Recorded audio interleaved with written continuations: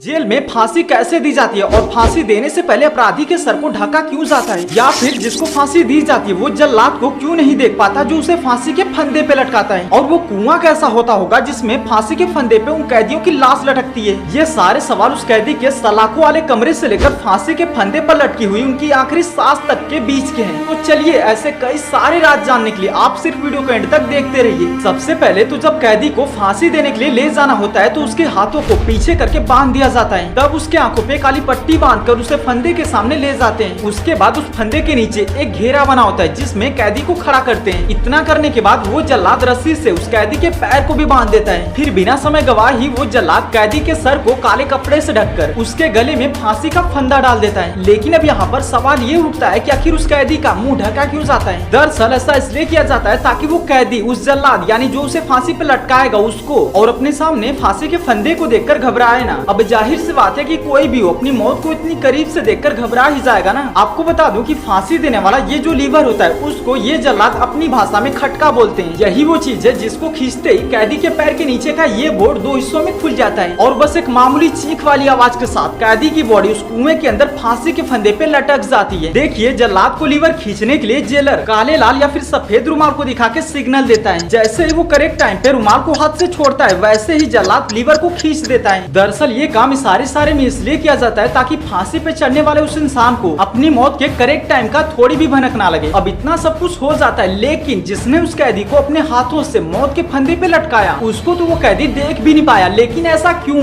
तो देखिए वो जल्लाद भी हमारी तरह ही इंसान ही होते हैं जिनका काम ही यही होता है कि वो कैदियों को मौत के फंदे पे लटकाएंगे। यही वजह है कि उस जल्लाद को उस कैदी के सामने नहीं लाया जाता है। अब वो कैदी उस जल्लाद की सिर्फ आवाज सुन पाता है जो वो लास्ट में उसके कान में बोलता है फांसी देने से पहले, जो ये कि मुझे माफ कर देना, मैं तो एक सरकारी कर्मचारी हूँ, कानून के हाथों मजबूर हूँ। उसके बाद अगर वो कैदी हिंदू होता है तो उसे राम राम और मुस्लिम होता है तो उसे आखिरी बार सलाम बोलता है। अब आपके मन में एक और बात जानने की इच्छा होगी कि आखिर वो कुआं कैसा दिखता होगा जिसमें फांसी के फंदे पे उन कैदियों की लाश लटकती है। तो देखिए फांसी घर जो होता है वो सेंट्रल जेल के किसी एक कोने में बना होता है। तो इसका जवाब है कि उस घर को हर कैदियों की नजर से दूर रखा जाता है। ये कुआं सीमेंट से बना होता है जिसमें उतरने के लिए मात्र 3 से 4 सीढ़ी होती है। अगर गोलाई में देखा जाए तो ज्यादा से ज्यादा 1 से 1.5 मीटर की जगह होती है, यानी वही 2 से 3 आदमी ही बस इसमें खड़े हो सकते हैं। तो इस टाइप का होता है ये कुआं और कुछ इस तरह से कैदी को फांसी दी जाती है। अगर ये जानकारी आपको अच्छी लगी तो प्लीज वीडियो को लाइक और चैनल को सब्सक्राइब कर दीजिए।